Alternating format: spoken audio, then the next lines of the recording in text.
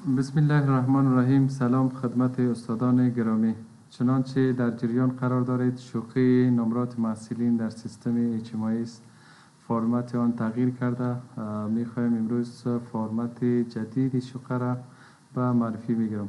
زمانی که در سیستم معلوماتی اجتماعی اکانت خود را باز کردین، تمام شوخی مربوط استاد در اکانتشان در دسترسشان می باشه. هر شوخی که شما میخواین نمرات محصول را دان درج کنین، سر شوخی کلیک میکنین، یک پنجره برایتان باز میشه به این شکل.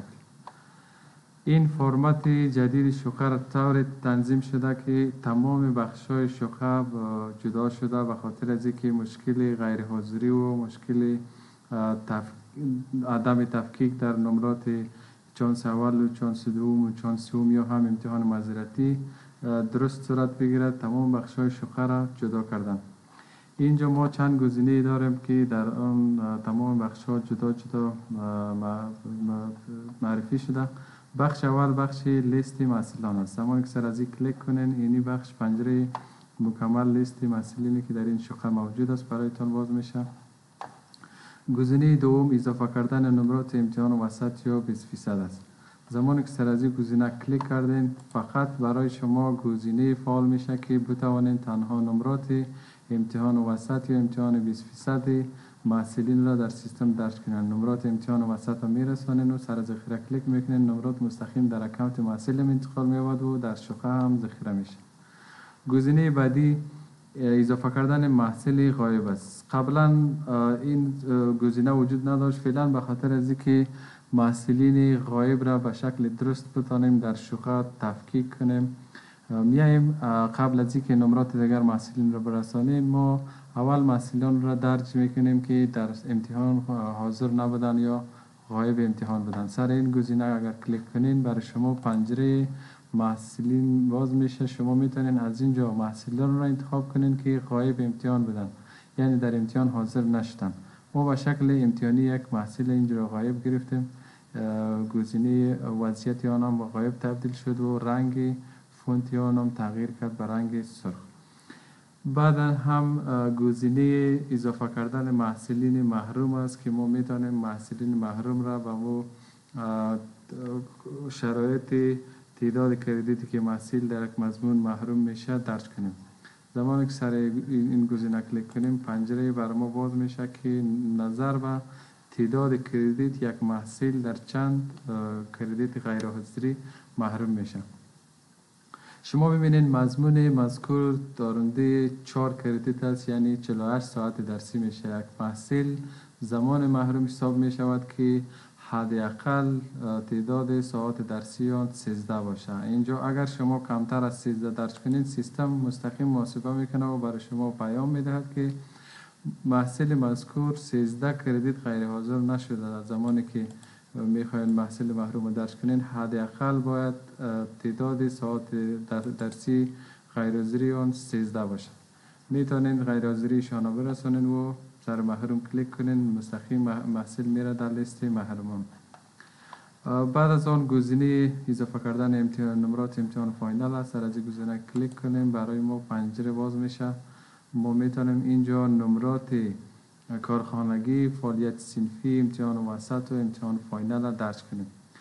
یک سوال شاید برای بعضی استادان گرامی خلق شود که چرا گزینه امتحان وسط و امتحان فاینال در هر دو جای فعال است. این به خاطر از زمانی که استاد میخواد تنها نمرات 20%، یعنی در زمان امتحانات 20% نمرات محصل برسانم، یا تنها از گزینه امتحان وسط استفاده میکند، صرف گزینه درج نمرات امتحان وسط برایشان فعال میشود.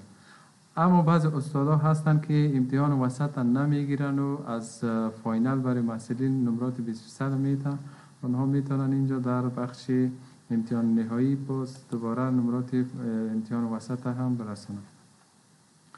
گزینه بعدی اضافه کردن نمرات امتحان معذرتی است. کسانی که در امتحان معذرتی میتن یا هم با اساس قوانین و اسناد و مدارک قانونیشان واجد شرایط امتحان معذرتی هستند، استادان میتونن نمرات از را جداگانه در بخش امتحان معذرتی برسانند. زمانی که سر از این پنجره کلیک کنین، برای شما این پنجره باز می شود که اینجا در راهنماییشان نیز نوشته کرده اساتید گرامی.